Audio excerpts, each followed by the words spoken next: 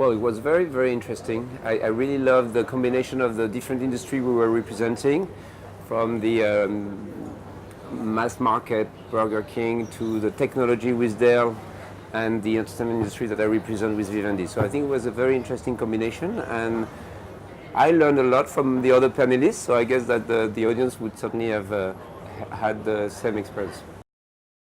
Well, I think that what is interesting in Cannes is that all the different parts of the modern communications are coming together, even the future ones. So, of course, what is at heart is the creativity. So the agencies and they are the core of Cannes, but now they are in an ecosystem that is much wider. So I think it's interesting to see this year two things happening. On the one hand, it's more and more tech and more platforms and newcomers and new actors that are disrupting the models and proposing new fragmented ways. So there are a lot of questions about how to bring this together and make it more efficient for brands. And on the other way, it's about creativity at its pinnacle, which is entertainment. Because entertainment is really where, if you are not creative, you have no audience, you have no fans. It's all about the artists, it's all about the talents. And it's interesting with the Cannes Lions Entertainment to see that it's becoming more and more central in the conversation. People start to understand that this is a way to engage truly people through what they care for. So those two elements, tech and entertainment, for me, are shaping the future of communications, and that's the merit of the Cannes Lions to really share that with all the industry.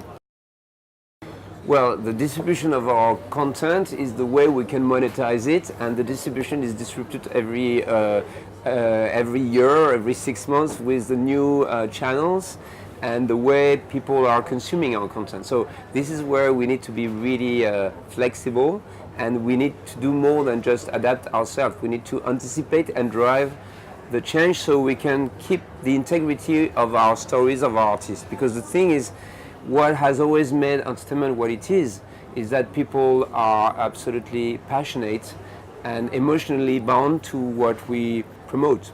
And what we promote is always based on the artistic integrity of what we do, be it a movie, a game, or a TV program, or of course a music artist. So we need to keep that in our mind. We need to keep it very, very authentic, but in the same way we need to make it very, very relevant to people who will consume it in a very, very different ways, through streaming, through mobile, through snackable moments where people are not really ready to spend hours to watch a story. So we need to shorten the story, we need to adapt the narrative, but keeping it very, very authentic. So for us, in our industry, I think that we are at the forefront of the digital disruption.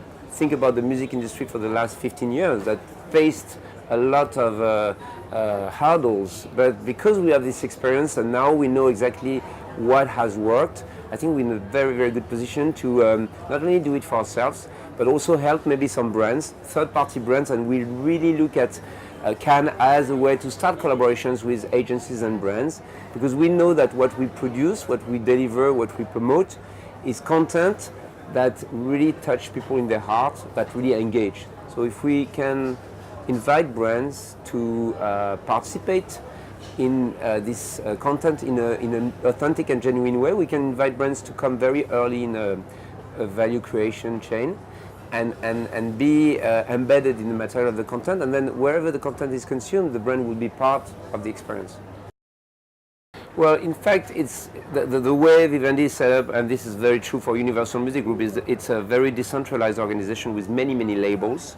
So every label will look after their artists in their way, with their spirit, with the personality of their managers, and there will be a very natural fit between the artists that they want to represent and promote and build and develop and their identity. So we would definitely make sure that depending of the genre, of the kind of music, and in fact it will certainly be a kind of a segmentation vis-a-vis the fans, we will make sure that the people are always relevant with the kind of music.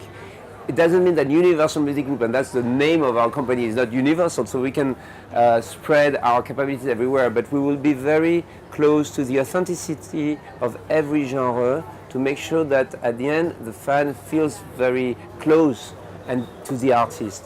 And you can't really always have a certain type of music living under the same roof as a different type of music because it doesn't always fit. Sometimes collaboration can work very well, and sometimes you can also use some opportunities to let some different people learn about different genres of music, and it's quite interesting to see that through streaming there are many ways to discover new music, which is quite an easy one because before you needed to buy a full record. Now you just pick one hit and you can try and test. So there are many ways to try to cross-fertilize, but we need to always be true to the origin of what we make, which is really talent-driven, artist-driven.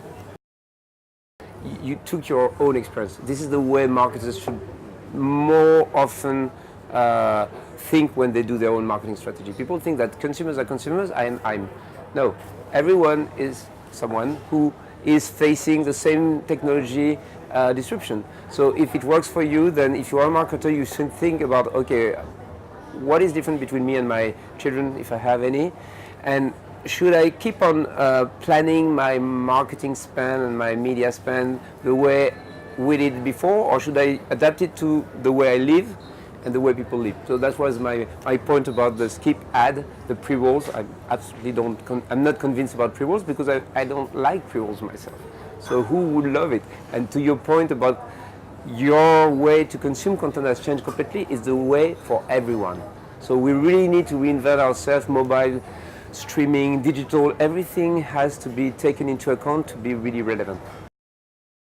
Well, my wake-up call is to say, look, if in Cannes you're there to look at the future, one of my convictions that future will bring entertainment as one of the strategic part of the mix, and you will start strategize entertainment planning as much as you strategize media planning.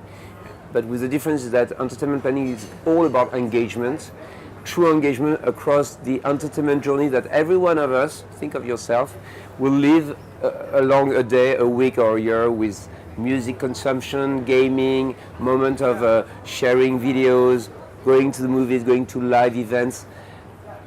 All those experiences are moments where you are really engaged. This is the moment you choose, and this is not the moment where you are forced to. So if a brand can be part of that and be organically associated with the content, you should to be there. If you are part of something that comes as a break, then most of the people are empowered now to not pay attention, block it, or even be not so happy with brands. So I think that on top of what media planning has learned everyone, which is performance, efficiency, and so forth, there should be a way to rationalize entertainment planning and have some proper data to document that. And we have them now because we know through the streaming and the digital consumption of content how to follow the taste of people and understand the expectations and the impact of what we do.